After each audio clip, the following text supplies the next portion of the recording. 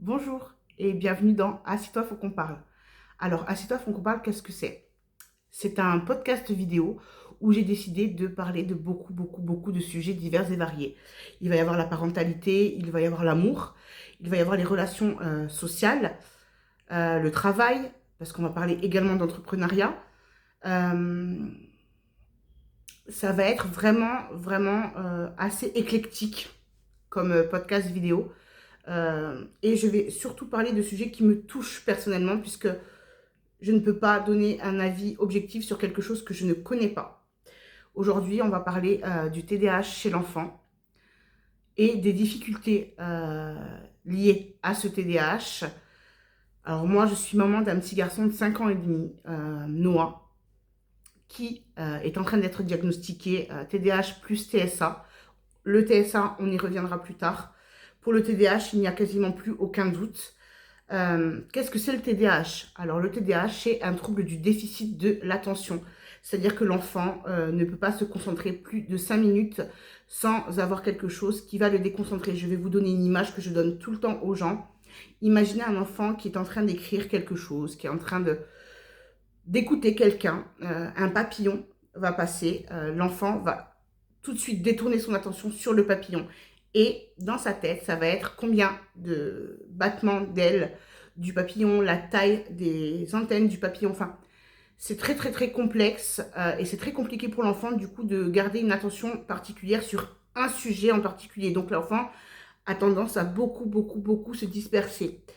Mon enfant, donc Noah, est dans une école où les choses ont été mises en place malgré un refus de la MDPH. Voilà, alors ça c'est un autre souci, nous y reviendrons aussi.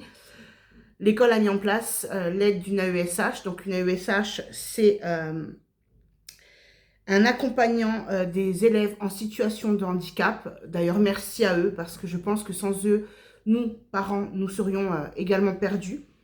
La scolarité de nos enfants se joue là-dessus, sur cette aide-là. Voilà, donc il y a des parents qui ont des refus, comme moi. Alors moi, il s'agit d'une perte de dossier, évidemment. Donc il faut que je recommence, alors que nous avons les bilans avec trouble, tout ça. Mais voilà, ça c'est les méandres de la bureaucratie française. Nous allons passer là-dessus. Donc Noah a une AESH qui est merveilleuse et qui l'aide à suivre une scolarité dite normale. Noah étant grande session de maternelle, pardon, sa maîtresse est également quelqu'un de merveilleux qui prend en compte sa pathologie. Donc elle l'utilise, il me semble que ça s'appelle la méthode Pomodoro.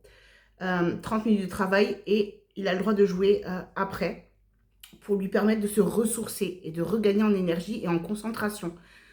Toutes les maîtresses ne le font pas et je trouve vraiment cela extrêmement triste puisque, comme je le disais, tout dépend de la scolarité de nos enfants.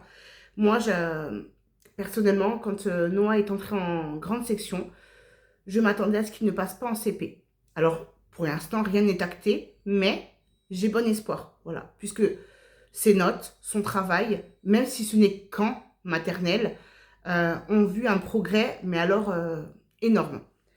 Noah est suivi par une orthophoniste, puisque quand il a eu 2 ans et demi, nous nous sommes rendus compte que Noah avait du mal à entendre. Et en effet, il avait un trouble auditif. Il n'entendait pas les sons à 45 décibels. Ce que vous entendez, par exemple, un mouton qui bêle, je crois que c'est comme ça, un mouton qui bêle, lui, il ne l'entendait pas. Donc, Noah a eu une opération qui s'est très bien déroulée. Il avait également un retard de langage, donc il a été également opéré des végétations. Ce qui est très important là-dedans, c'est que ces opérations ont permis à ce qu'il puisse développer son langage. Et les séances d'orthophoniste l'aident également. De base, nous étions partis sur 30 séances et nous en sommes peut-être à 100, 130. Voilà, et ce n'est que le début, ce n'est pas terminé. Mais les progrès sont là, donc il est important de prendre rendez-vous avec les bons professionnels. J'ai pu parler avec une maman, Marion, que je remercie d'ailleurs, qui m'a autorisée à parler de son enfant. Son enfant est également suivi par une orthophoniste, pardon, par une psychomotricienne. Il a dû prendre rendez-vous dans des CMP, faire des tests. Voilà, il a 6 ans et il a des troubles. Voilà, des troubles sensoriels, des troubles auditifs. Et il a du mal à gérer ses émotions. Chaque enfant est différent, mais dans ce bateau, malheureusement, on parcourt les mêmes tempêtes. Il faut se dire qu'à partir du moment où on s'entoure des bons professionnels de santé, tout peut rouler. Mais si vous rencontrez le moindre doute, fuyez. Voilà, quitte à trouver quelqu'un d'autre, fuyez.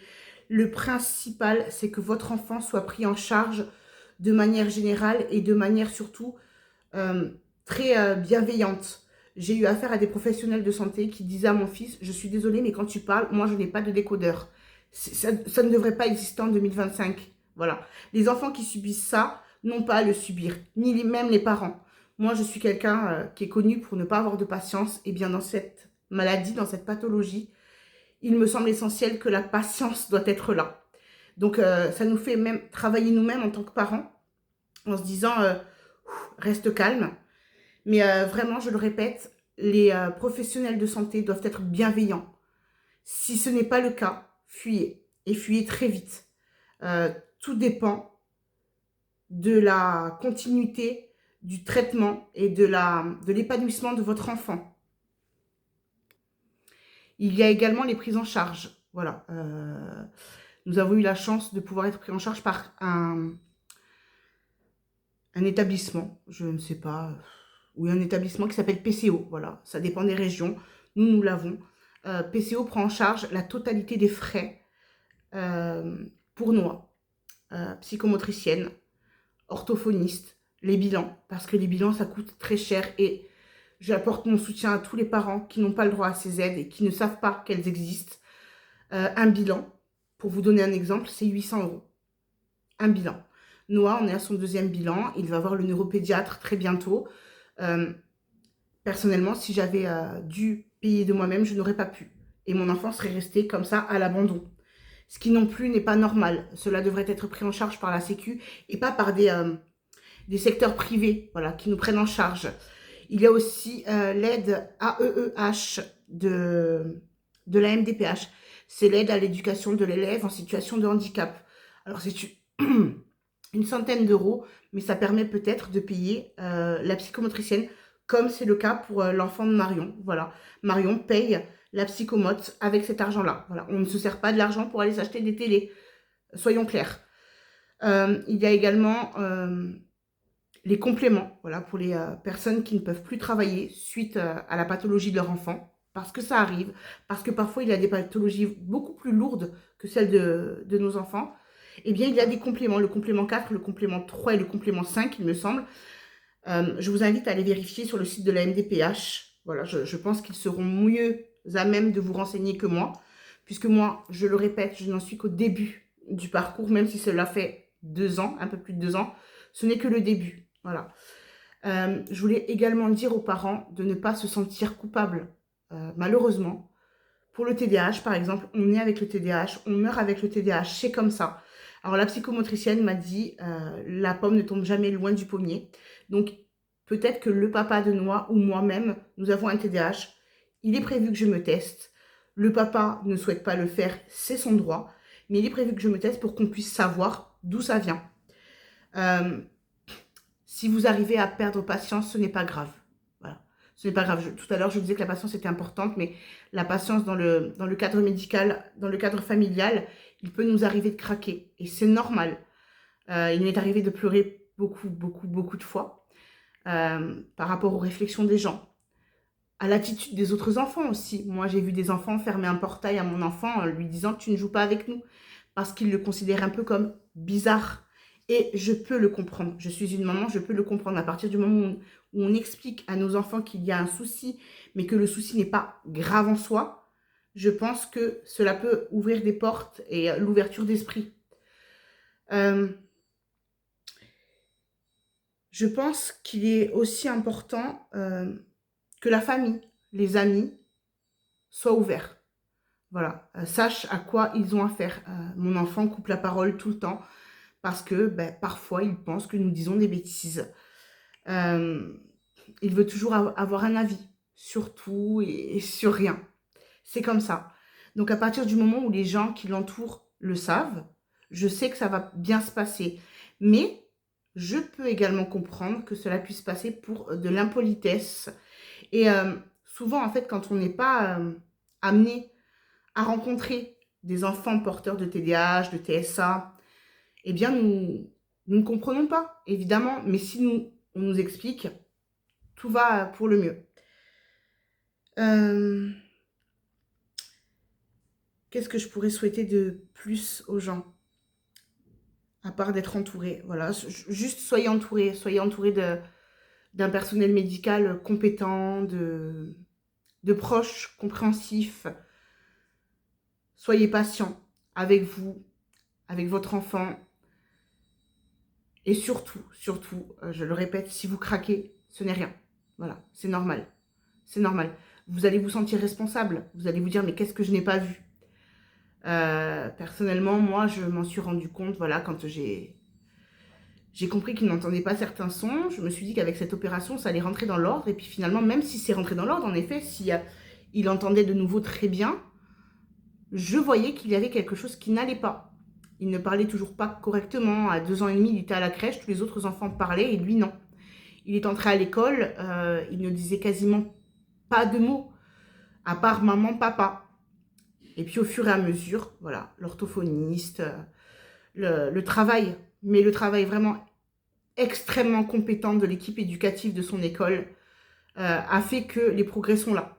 Les progrès sont là, mais ça va crescendo. Ça ne va pas aller de façon exponentielle. Voilà. Il ne faut pas s'attendre à des changements rapides. Ça n'arrivera pas. Voilà. Toute sa vie, mon fils aura un TDAH et toute sa vie, il sera confronté à des situations difficiles pour lui. Des difficultés que nous pourrions affronter et que lui, en fait, ben non. Ça va être très compliqué. Donc, il aura besoin d'aide. Il y a également des traitements pour le TDAH. La Ritaline, voilà, la Ritaline, qui, de toute évidence, fonctionne très bien sur certains et sur d'autres non. Pour l'instant, mon petit garçon est trop petit puisque c'est à partir de 6 ans. Je ne sais pas si je serai en mesure d'accepter de lui donner un traitement puisque ça reste quand même quelque chose de médicamenteux. Et attention, je ne juge pas les parents qui choisissent d'en prendre pour leurs enfants. C'est un choix propre à chacun. Mais pour l'instant, moi, je ne me sens pas prête. Je voudrais essayer d'autres méthodes pour voir si ça va changer quelque chose. Alors, il y a aussi le trouble TSA. Voilà, Noah a une suspicion de TSA. Qu'est-ce que c'est le TSA? Eh bien, le TSA, avant, on appelait ça des enfants autistes. Eh bien, en effet, c'est le trouble du spectre autistique. Alors, il y a plusieurs niveaux. Il y a les TSA non-verbaux, c'est-à-dire que ce sont des enfants qui sont enfermés en eux-mêmes et qui ne parlent pas, qui ne s'expriment pas, qui font des crises. Voilà, je ne peux pas en parler puisque je ne suis pas dans ce cas-là. Donc, je vous invite à aller voir des vidéos, à vous inscrire sur des groupes où des parents d'enfants autistes non-verbaux pourront vous aiguiller. Moi, il s'agit d'un TSA léger de type Asperger qui est à confirmer. Voilà, donc c'est un TSA léger à modéré. Ça n'enlève en rien ses capacités intellectuelles. Donc tout ça, tous ces mots, TSA, TDAH, CAMS, MDPH, on a l'impression que quelqu'un a mis des munitions dans un revolver et qui nous tire dessus avec ces mots et que nous, on est touchés, on ne comprend rien. On ne comprend rien, donc vraiment, je vous invite encore une fois à vous inscrire sur des groupes d'entraide pour trouver justement des gens qui sont dans votre situation, peut-être même dans votre région pour vous rejoindre. Il existe également des cafés, des associations qui organisent des cafés pour les enfants, par exemple, qui ont des troubles 10, des troubles TSA, le TDAH, le TDA également, sans le H. Allez-y, n'ayez pas peur, voilà. Et sachez que vous n'êtes pas seul. Je le répète, il ne faut pas s'isoler, il faut sourire aux autres et surtout se dire que, eh bien là-dedans, dans ce bateau, on affronte tous la même tempête. Merci.